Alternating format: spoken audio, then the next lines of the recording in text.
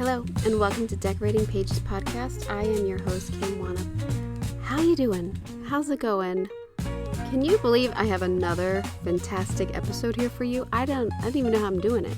I have been working on this particular episode for months, since February, probably. Recorded it in April and have been getting it together ever since. Having a very hard time getting it uploaded to my website. But I'll tell you, it's worth it. I'm telling you right now, because I have put together a 6-part masterclass, to study particular production designers and set decorators and their work and look at the different projects that they have in their career. So it's basically studying designers and decorators' career. Now, I've previously done the production design film study where we have gone through years of Academy Award nominated films, winning films, and looked at the years and what was the style and the design of that time. And now I've gone into looking at specific designers. So this episode, I'm giving you the free segment of The Wizard of Oz, but I am examining the production design of Cedric Gibbons and set decorator Edwin Willis. So yes, so it's like almost 3 hours long is the full class, and I'll get to it in a minute. I'll give you the whole spiel in a minute, but let's talk about what's going on.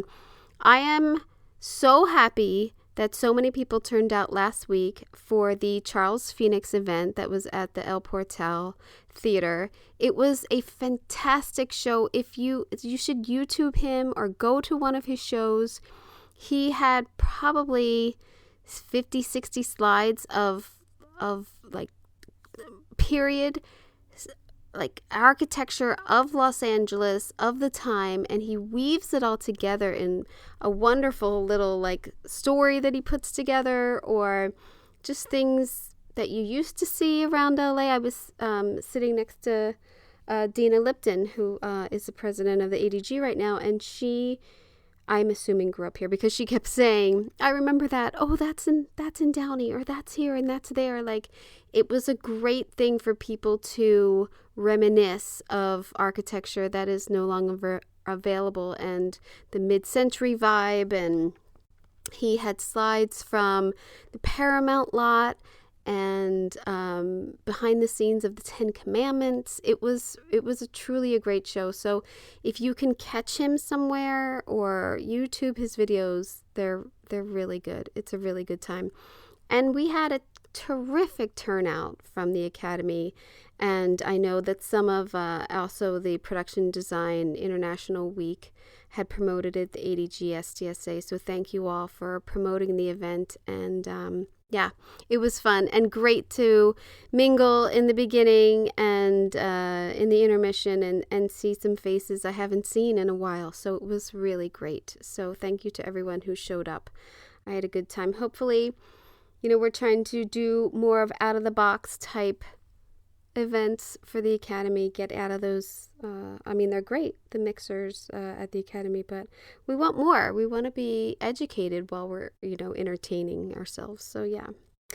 What one-ups watching? Well, I went to a BAFTA screening this week of Frankenstein, the Guillermo del Toro's Frankenstein, and I didn't know how I was going to feel about the film. I more cared about seeing him afterwards, and some of the actors were there, Oscar Isaacs and Jacob Eldry, who plays the Frankenstein, and production designer Tamer Deverell was there, cinematographer, the makeup guy, costumes. So I love going to screenings that have Q&As, and you get to hear just, what I'm trying to, or am doing here with the podcast, the behind the scenes of how they're getting it done. The passion of Guillermo del Toro talking about this project that he said he's been trying to get together, I think, since he was 11. He said he fell in love with Frankenstein at that time. So it's more true to the Mary Shelley version, which I haven't read, but really makes me want to read it, because as I was watching this, I started to think that it not relates, that much, but this Mary Shelley version, Guillermo's version, relates more to young Frankenstein than the Frankenstein of the 30s that we all know and love. So I was just really liked the movie, just in awe of everything, and his passion also to not do things by like AI and generated things. And obviously there's still some generated, scenes in there and set extensions and everything that they talked about. But for the whole, they built a ton. So it was fantastic to hear them talk about that. So yeah, I did that. What else did I see this week? I talked about Hedda. I saw that last week. That was pretty good. And I have seen some movie kept popping up on my like Prime thing, like, you would like this, called Tomorrow is Forever, which is 1946. An American World War I soldier gets disfigured in his face, and then his wife can't recognize him, and she's moved on after 20 years. It's production designed by Wayward Ian, and the cast is Claudette Colbert, Orson Welles, and Natalie Wood's first film. She is so cute in it. It's really good. But one of the fantastic sets in watching this film is their house, and this gorgeous staircase that comes down almost like accordion style to their foyer is really gorgeous and should be stolen again somewhere and used and inspired. So, an influence to tie in with this episode. So the influence of that, someone should be influenced by that staircase, because it was pretty phenomenal. Again, Tomorrow is Forever, 1946. So it's contemporary 1946 if anybody's looking for that type of research. Is that it? I've had 4 interviews this week, people. I had 4 interviews. I am busy. I have coming up on the film On Swift Horses with production designer Erin McGill and set decorator Melissa Litch. I have Overcompensating with production designer Shane Fox of What We Do in the Shadows fame and set decorator Erica Lobico. And then I have the tribute to prop houses coming up. I have Sinners, who I spoke to production designer Hannah Beckler this week, and set decorator Monique Champagne. Wow. Speaking to them was fantastic about Sinners. And like 5 others I have coming up. So it's a lot. It's going to be great. It's going to be great. I might get to 50 episodes for this year. Right now I'm at 47. I don't know. If I do like a year in review or something, I don't know. I don't know if I have time. I got to edit all this. Somebody please help me. I know what I need help with, seriously, is Wix. If anybody uses Wix for their websites, I'm not a fan, and I have had so much trouble in the last 3 days. I've been putting this episode together for months, and then to get to the point where I can't upload it has been a real kick in the nuts. So I've uploaded to YouTube just the Wizard of Oz section, which is going to be free, and then the masterclass is a paid version on my website, but I've had to take it like save it at a smaller size, and I tried to zip it, and I'm not good with this. I know. You're surprised, but I'm not good at it, and it's taken me the last 3 days to figure this out, and I just want the quality to be what I put into it. And yeah, because it's almost 3 hours long, but let's get into it. Let me tell you what you're here for, okay? So I have developed a masterclass that will be in 6 parts. My first episode is of Cedric Gibbons and Edwin B. Willis, the set decorator. But then I'm going to go into other production designers and set decorators who have, I know, influenced me and have influenced just a ton of other designers and decorators. And that would be, which I'm working on now, which I have been working on, is the Silber Brothers, who are twin brothers, if you can believe it, which is so phenomenal. Twin brothers who both became production designers. And it's amazing, really. The two brothers, and such different careers and the different types of design that they went into. Stuart Craig, I definitely want to highlight him. Bill Welsh, Linda Descana, Jennifer Polito. I have a bunch of these coming up.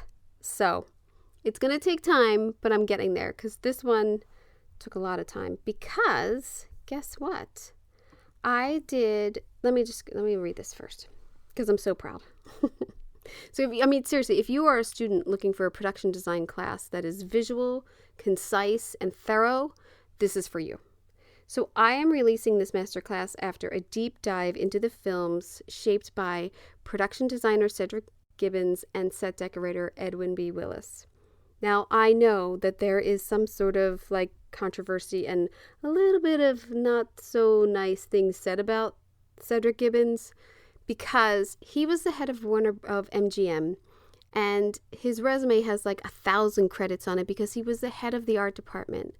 And I come into this knowing that he didn't oversee every single thing, but his art department did, and he might not have shared the credit on all these and took the credit.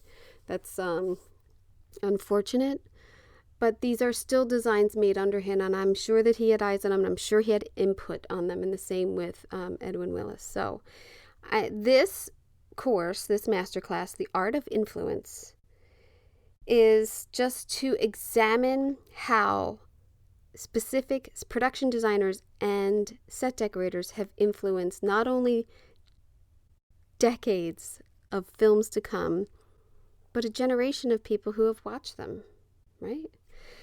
So here's what I did.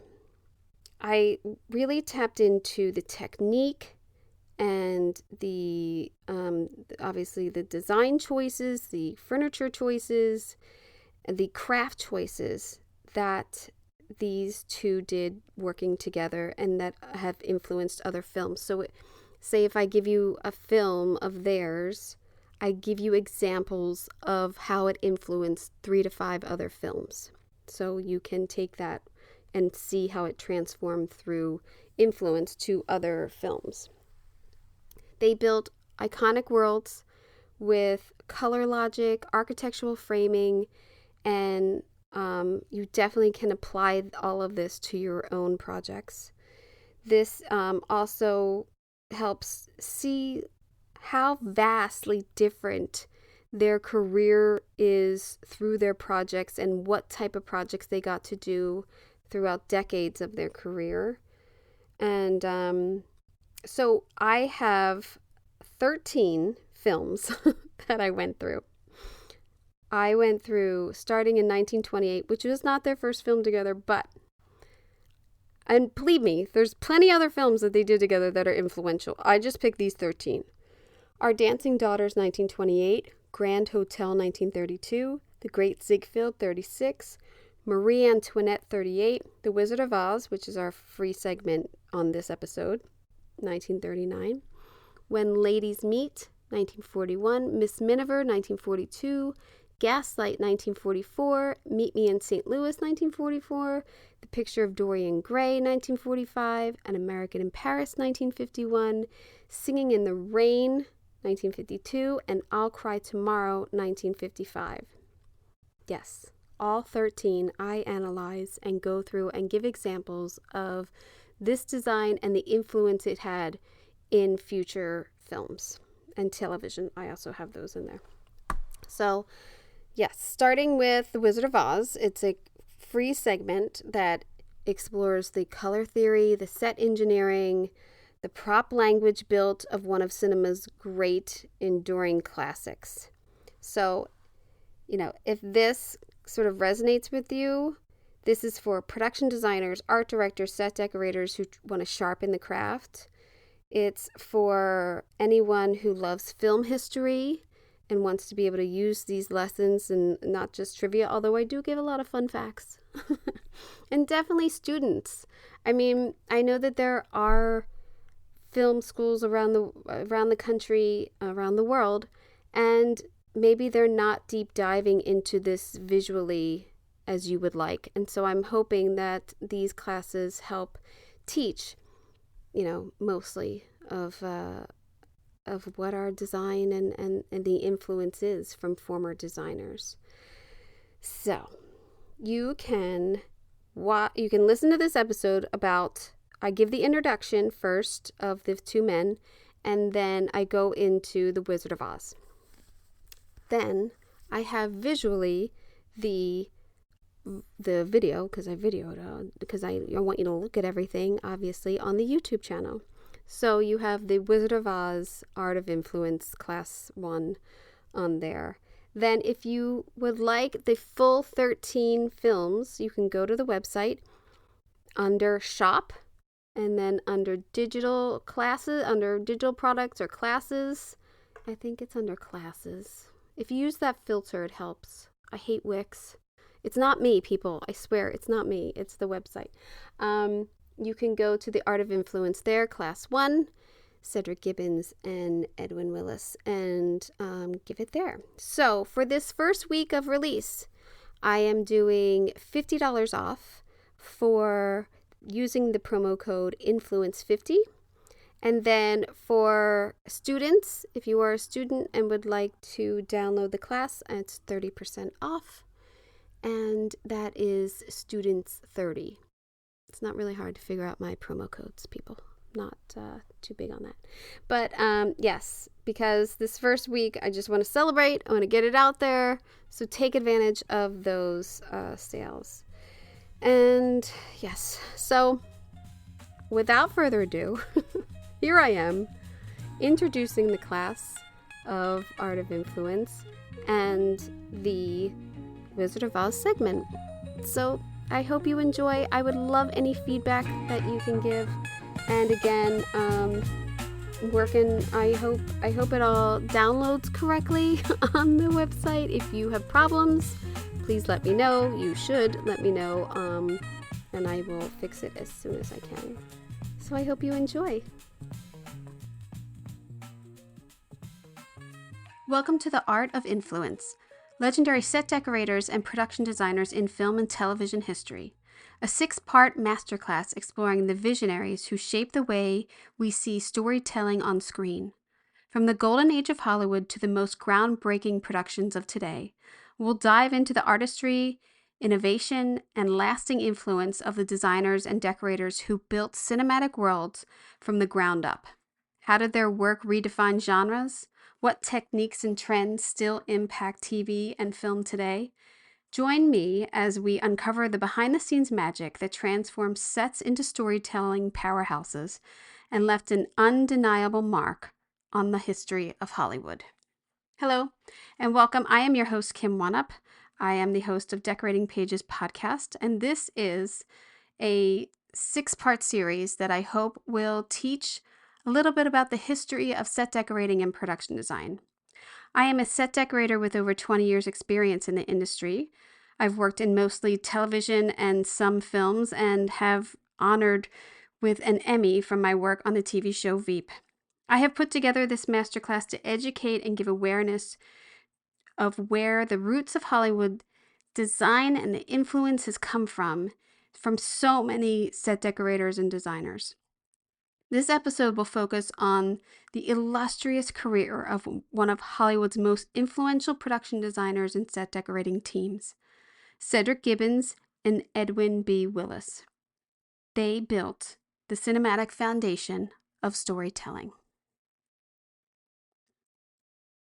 These two legends of MGM transformed the way films looked, seemingly blending artistry, innovation, and narrative to create some of the most breathtaking sets ever put on screen.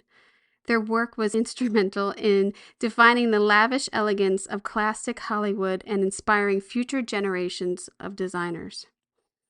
Over the masterclass course, I'll be diving into 15 of their most influential films, each a testament to their ability and the craft of the world that feel most immersive and unforgettable.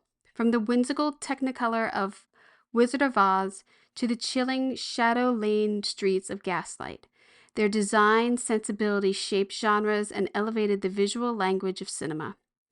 Whether it's from the grandeur of the Grand Hotel, the haunting Gothic atmosphere of the picture of Dorian Gray, or the dazzling spectacle of An American in Paris, every film we explore showcases the transformative power of production design. So how did Gibbons and Willis create these legendary cinematic landscapes? What made their design choices so impactful? And how do they continue to influence film today? That's exactly what we're going to uncover in this masterclass. Whether you're a longtime admirer of classic Hollywood or discovering these films for the first time, prepare for a deep dive into the sets, the styles, and the stories behind some of the most visually stunning films ever made. So let's get started. Let's talk about Cedric Gibbons, the production designer. Austin Cedric Gibbons was born on March 23, 1893 in Dublin, Ireland. He studied at the Art of Institute League in New York and initially worked under his architect father. In 1915, Gibbons began his film career at the Edwin Studios, assisting art director Hugo Ballin. By 1918, he had moved to Goldwyn Pictures as an art director.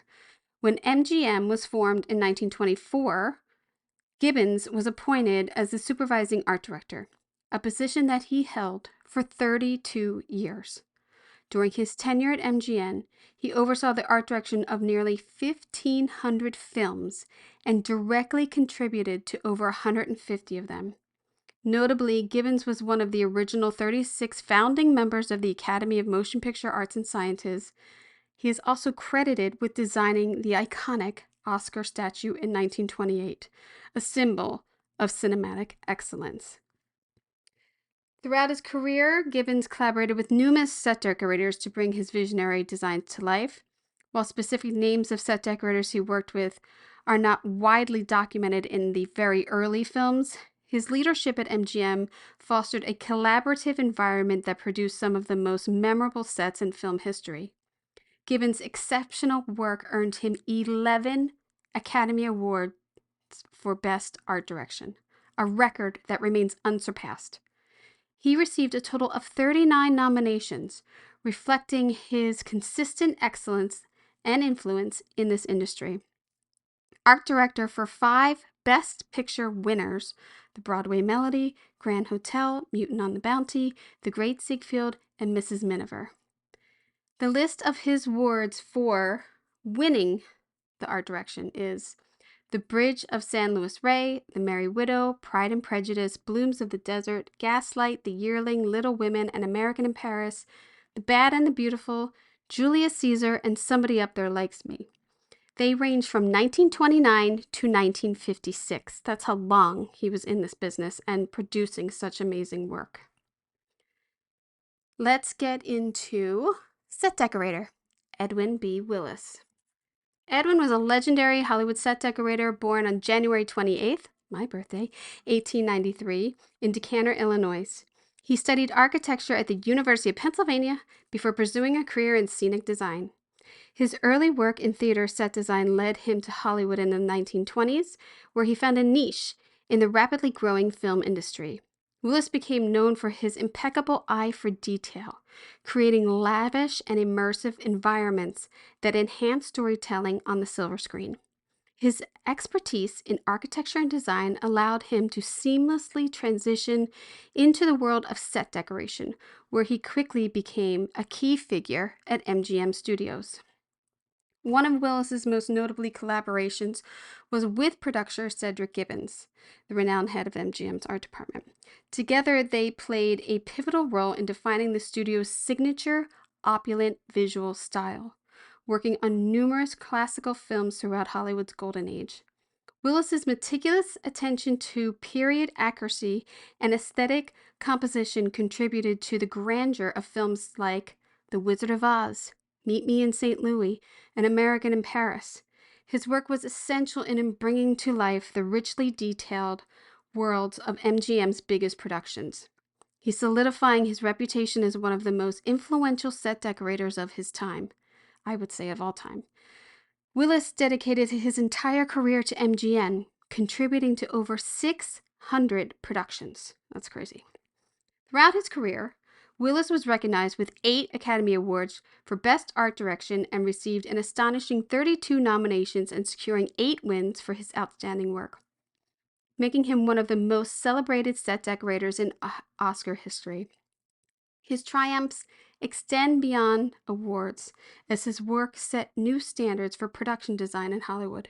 He remained a dominant force in the industry for decades, contributing to films that are still revered for their stunning visual artistry. Willis's legacy endures through his countless films he helped shape, and his influence in set decoration continues to inspire till today. So let's go and talk about the films that we are going to be talking about through this masterclass. We have Our Dancing Daughters, 1928, Grand Hotel, 1932, The Great Ziegfeld, Marie Antoinette, The Wizard of Oz, When Ladies Meet, Mrs. Miniver, Gaslight, Meet Me in St. Louis, The Picture of Dorian Gray, An American in Paris, Singin' in the Rain, and I'll Cry Tomorrow. I know it seems like a lot. I know it seems like there might be some repetition here, but I'm telling you, all of these films are very different in the influence that they kept having on films that were released the same year and films that were released decades later. The Wizard of Oz. I mean, to me, The Wizard of Oz is such an influential film. It is one of the reasons I know that it's definitely an influence on me to get into production design and decorating. Now, the Oscar nominations in 1938, I think there's 10, 1, 2, 3, 4, 5, 6, 7, 8, 9, 10, 11, 12 films were nominated. There's some stiff competition for The Wizard of Oz this year, let's just put it this way. Gone with the Wind, The Private Lives of Elizabeth and Essex is a really well-designed film also, and Stagecoach and Wuthering Heights. Those stick out to me. I might not have seen 1 or 2 of these others, but man, what a tough year. This is where you really wish there were more than one award to give, because fantasy is really hard to judge against contemporary or period films. It just is. They're all different. The winner of the award for production design 1938 went to Gone with the Wind.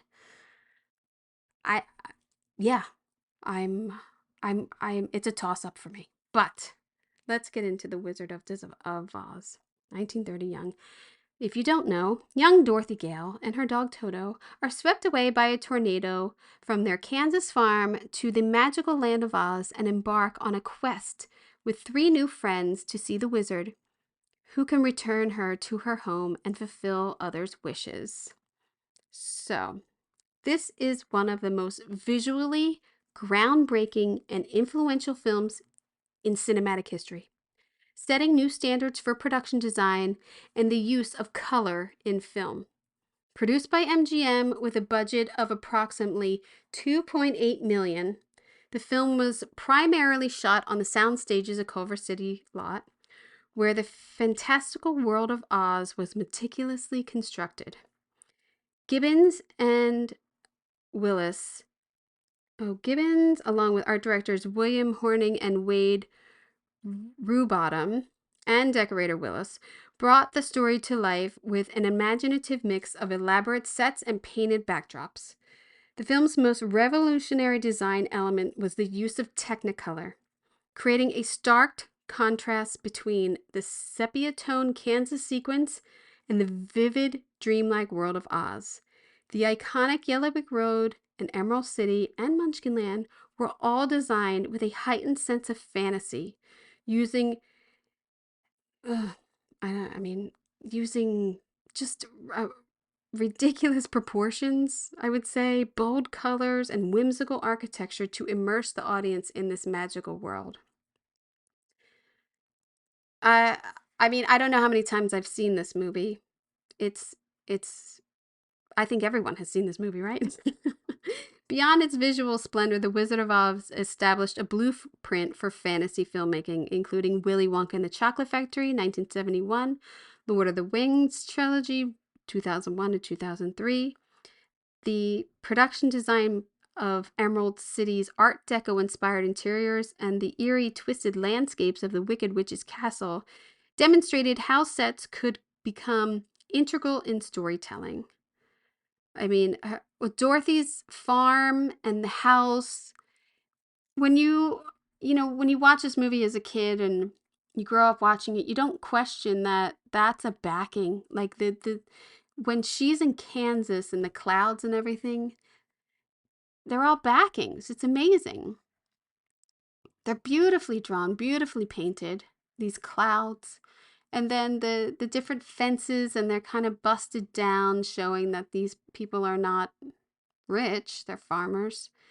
And then their house with the lace curtains and the quilts, the homemade quilts, and Aunt Em sitting there, with her ball of I was going to say twine.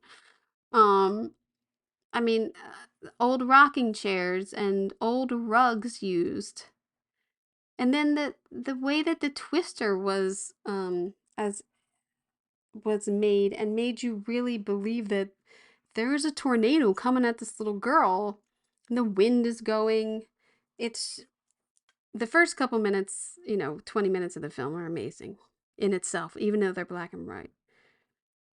Then I think to me, when you see Dorothy open up that door to Munchkinland, and she's in black and white, and when she opens that door and sees the color, it takes your breath away. There is nothing like the design of this film taking your breath away the first time you see it, and maybe even, the next time you see it. It's gorgeous. It's inspiring. It is wonderful. It's a wonderful design of the imagination. Dorothy walking around in Munchkinland and the yellow brick road, and you don't really know what the yellow brick road is yet.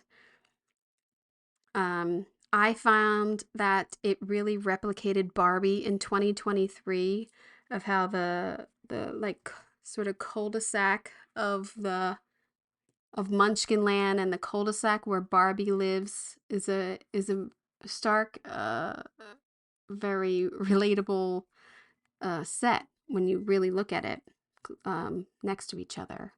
How everything comes off of the circle. The iconic yellow brick road.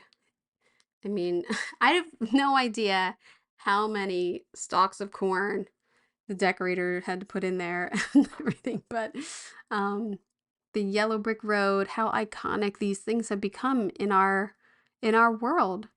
And the space they allowed to be used in these sets to get these long walk and talks and dancing routines. Again, beautiful painted backdrops.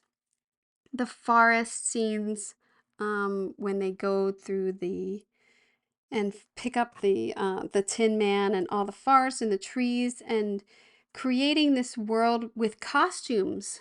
We work so much with costumes and how they are going to play off of the set dressing and the production design of it. So always think about, what are they wearing? Like, I got, this sofa, do they pop off of this? Or, her blue dress kind of is in contrast almost throughout the film of everything. And then that first look of Emerald City and that backdrop and how they made it sparkle, and all of these the poppy fields that they did and extended with a painted background. It's really beautiful for the time and so imaginative. I have a similar set with Star Wars: Return of the Jedi, when the two droids are walking towards Jabba the Hutt's lair or castle. I don't know what he had, but it doesn't have to be a yellow brick road, but it can still be a road that's leading and designed for the characters to get to their destination. I found some of Cedric Gibbons' drawings and of the backdrops. I have those that we're looking at. Just amazing. And you can see where the backdrop starts and where the set ends, which I think is really interesting for back then too. A gorgeous hand drawing of Cedric Gibbons and the I guess it's the greenery around Emerald City and the Yellow Brick Road. How they did all this, I don't know, it amazes me how they did all this back then. I know that the technology isn't there that we have today, but your sense of awe when you see the Emerald City and the scale of it, the scale of the doors that let them into Emerald City. It's like 40, 50 feet high. It's and that green, that emerald green in the film is so magical. Inside Emerald City, that was to me like I just wanted to go there so bad. And again, it's the Art Deco design, all of these round walls, all of these glossy um, floors that reflect everything to give it, the heightened sense of glamour. And again, another carriage design there, an open carriage for them to get around. Those individual stalls where they all get primped up and the guy gets stuffed and the other Tin Man gets polished and the lion gets fluffed and mani pedis all around. I just love the little design of all of these little places and working again with costume and the different shades of green and not everything matching, but it all works together. There is a set of them walking into the wizard's room, and it's a forced perspective hallway, which I think is really important because it's used both ways in this film. It's the same set, but it's used both ways of when they're coming out and when they're going in to give you the perspective of this long, eerie hallway. And I referenced that to Spaceballs in 1987 of this long forced perspective hallway of them opening the doors in the spaceship and the geometric shapes that this gives and the intricate lighting that they've built into the set compares to this scene in Wizard of Oz of the geometric pattern that they've used to walk the characters down. And again, the high reflective flooring, black reflective flooring is beautiful. The design of the wizard's lair is so scary when you're little. And those big crystal balls and that big giant head he has. But it's a very simple deco design. It's a repetitive amount of pattern in the room in an Art Deco design. It's really simple and really beautiful, but lit in green and dark greens and shadows. It's just, it gives the mood to this room so perfectly. One of the designs too, I just talked about, the costumes and when the trees are throwing the apples and these really ugly trees on their way to the witch's castle. These are all design elements that you get to implement, and they're storytelling elements that you get to design that are viewed. What's also great about the sky when the monkeys are flying and everything, the purple skies that they had and the dark blue skies. The witch's castle, which I didn't really remember until watching this again and or looking at the photos of this, how vertical and round yet stumpy the design of it is. It's very anti Art Deco. It's very Transylvania dark. And then again, not a yellow brick road, but a dark road leading up to the castle. And sky painted backdrop and this is the castle was obviously just painted, and then only certain elements were built, like when they're running through all the steps and when she gets the water thrown on, spoiler, and her lair, and when the the doors come down on them. I mean, there's a big sets that they built. I can't even tell where the painted and the real starts on a picture with like the towers when they're running from little tower to tower. It's just an incredible job that they did. Looking at the mechanics of the the man behind the curtain, and when you really look at what the wizard's dealing with back there, it's it's dressed for your imagination. There's a big sort of, not a clock, but it's a gauge of something.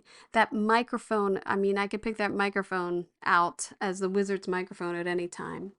He's just got some buttons and he's putting in some cords and light bulbs, and it all looks very not put together in a sense, but works because you don't know what he's doing and I don't know what he's doing. But you know, that was designed, that was thought about, that was probably had a lot of meetings of what levers is he pulling, and almost like a telephone operator, he's got the lines that he's connecting, and the drapery, when they pull it back, Toto's pulling that drapery back. I mean, those are all discussions you have to have, like, can the dog, you know, really pull that? Are we helping him? You know, there's just a lot going on at all times on screen that the art department is in charge of, or it affects the art department and set decorating. The big scene where, you know, the balloon is going to take her back, and you see a wide of the set and all of the background actors and the painted backdrop of the rest of the city and State Fair Omaha. It's really like, and it's red. You know that it doesn't belong here. That choice to make the balloon a different color scheme that pops off of the Emerald City is just, you know, perfect. And then you go back to your sepia tone. You go back to her in bed and her, you know, printed wallpaper and the quilt on her bed and the broken shutter on the window and the lace drapery, and it's just a different world. It's such a perfect movie. It really is. I don't know how it doesn't influence everyone in some way. Together, Gibson and Willis transformed L. Frank Baum's that's wrong, literary vision into a vibrant on-screen reality. The film's innovative use of Technicolor was groundbreaking, transitioning audiences from the sepia-tone Kansas to the dazzling, colorful Land of Oz. Decades later, The Wizard of Oz continues to captivate audience, a testament to the visionary artistry of Gibbons and Willis. Their collaborative genius not only brought the Land of Oz to life, but also set a benchmark for a production design that inspires filmmakers today.